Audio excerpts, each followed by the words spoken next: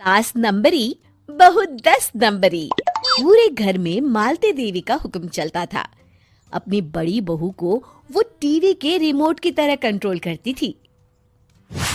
चलो देर हो रही है, 12 बजे से पहले लड़की वालों के यहाँ पहुँचना है। हाँ हाँ चलती हूँ। मैं तो भगवान से बस ये दुआ कर रही हूँ कि जिस तरह मेरी बड़ी बहू मेरी मुट्ठी में है, उसी तरह मेरी छोटी बहू भी मेरे इशारे पे नाचे। अरे भगवान, भला इस घर में किसकी हिम्मत है जो तुम्हारे खिलाफ जाने की हिमाकत करे। इस तरह मालती देवी अपने छोटे बेटे की भी शादी कर देती हैं। मालती की छोटी बहू फैशन डिजाइनर का कोर्स करके आई थी। उसका सपना था कि शादी के बाद वो अपना खुद का बुटीक खोले। एक दिन, क्या बात है छोटी, तू तो एक से बढ़कर एक डिजाइन बना लेती है। इसमें कौन सी बड़ी बात है दीदी, आप चाहे तो मैं आपको भी सिखा सकती हूँ। हाँ, फिर हम दोनों मिलकर एक बुटीक खोल लेंगे। लेकिन दीदी, उसके लिए तो बहुत पैसे लगेंगे। हाँ तो क्या हुआ, पैसे माँ जी से ले लेंगे। हाँ हाँ, मेरे पास तो पैसों का पेड़ है ना, तोड़ के तुम दोनों को दे दूंगी। मेरी एक बात अच्छी तरह समझ लो, मैं तुम दोनों को एक ढेला भी नहीं देने वाली। बड़ी आई बुटीक खोलने वाली। ये आप क्या कह रही हैं माँ जी?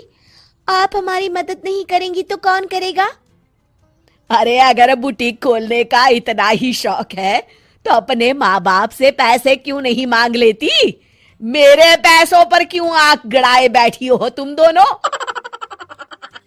इस तरह अपने इरादे स्पष्ट करके मालती देवी वहां से चली जाती है। अरे ये क्या दीदी, माँ जी तो साफ मुकर गई, अब हम क्या करेंगे?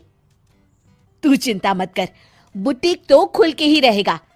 कहते हैं कि घी जब सीधी उंगली से नहीं निकलता तो उसे उंगली टेढ़ी करके निकालना चाहिए।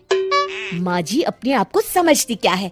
पूरी सोसाइटी जानती है कि माँ जी ने अपनी सास को घर से निकालकर उनकी दौलत पर कब्जा कर लिया है। हाँ दीदी, अब तो जैसे को तैसा करना पड़ेगा। फिर दोनों बहुएं मिलकर एक साजिश रचती हैं।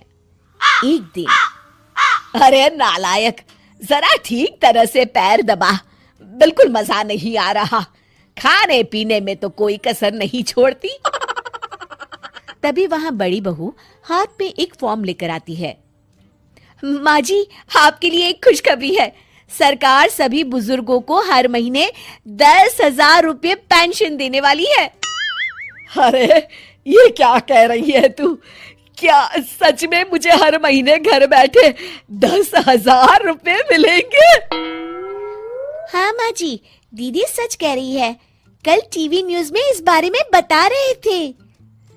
बस आप ये फॉर्म पढ़ के इसे भर दीजिए और अपने दस्तखत कर दीजिए। मैं इन्हें ले जाकर जमा करवा देती हूँ। अरे नालायक, बड़ी कामचोर है तू। इस बुढ़ापे में कहा तुम मुझसे फार्म भरवा रही है, खुद ही भर ले। मैं दस्तखत कर देती हूँ। ठीक है माँ जी। फिर बड़ी बहू बड़ी चालाकी से फॉर्म के पन्नों के बीच प्रॉपर्टी के पेपर छिपा कर रख देती है और उन पर मालती देवी के दस्तखत करवा लेती है। कुछ दिनों के बाद मालती देवी अपने पति के साथ 2 दिनों के लिए अपने एक रिश्तेदार के यहाँ जाती है। दूसरी तरफ दोनों बहुएं पूरे घर पर अपना कब्जा कर लेती हैं। मालती देवी जब अपने रिश्तेदार के यहाँ से लौटती हैं, तब अपने कमरे में ताला लगा देख आग बबूला हो जाती है। अरे नालायको, मेरे कमरे में इतना बड़ा ताला किसने लगाया है? माँ जी, ये कमरा तो मैंने अपने बेटे रोहन को दे दिया है और आज से आप बाहर कोने में जो छोटा कमरा बना है ना, वहाँ रहेंगी। अच्छा, मैं उस सड़ेले कमरे में रहूंगी है? तेरी ये कहने की हिम्मत भी कैसे हुई? और मेरी इजाजत के बिना मेरा कमरा देने वाली तू होती कौन है? लगता है तू भूल गई, इस घर की मालकिन मैं हूँ। तभी वहां छोटी बहू आती है। अरे माँ जी, आप इस घर की मालकिन नहीं है। अब इस घर की नई मालकिन हम दोनों बहुएं हैं। ये देखिए, इन प्रॉपर्टी के पेपर पर आप ही के दस्तखत है। अरे भाग्यवान, ये तुमने क्या कर दिया? दस्तखत करने से पहले एक बार ठीक से पढ़ तो लेती। अरे लेकिन मेरी बहुएं मेरे साथ ऐसा कैसे कर सकती है? अरे तो इसमें कौन सी अचरज की बात है? तुमने भी तो अपनी सास को घर से बाहर निकाल दिया था। टूटा फूटा ही सही, शुक्र करो कि इन दोनों ने कम से कम हमें रहने के लिए कमरा तो दिया। तुमने तो अपनी सास को वो भी नहीं दिया था। आज समझ में आया, जैसी करनी वैसी भरनी। चलो अपना सामान उठाओ और चलते हैं।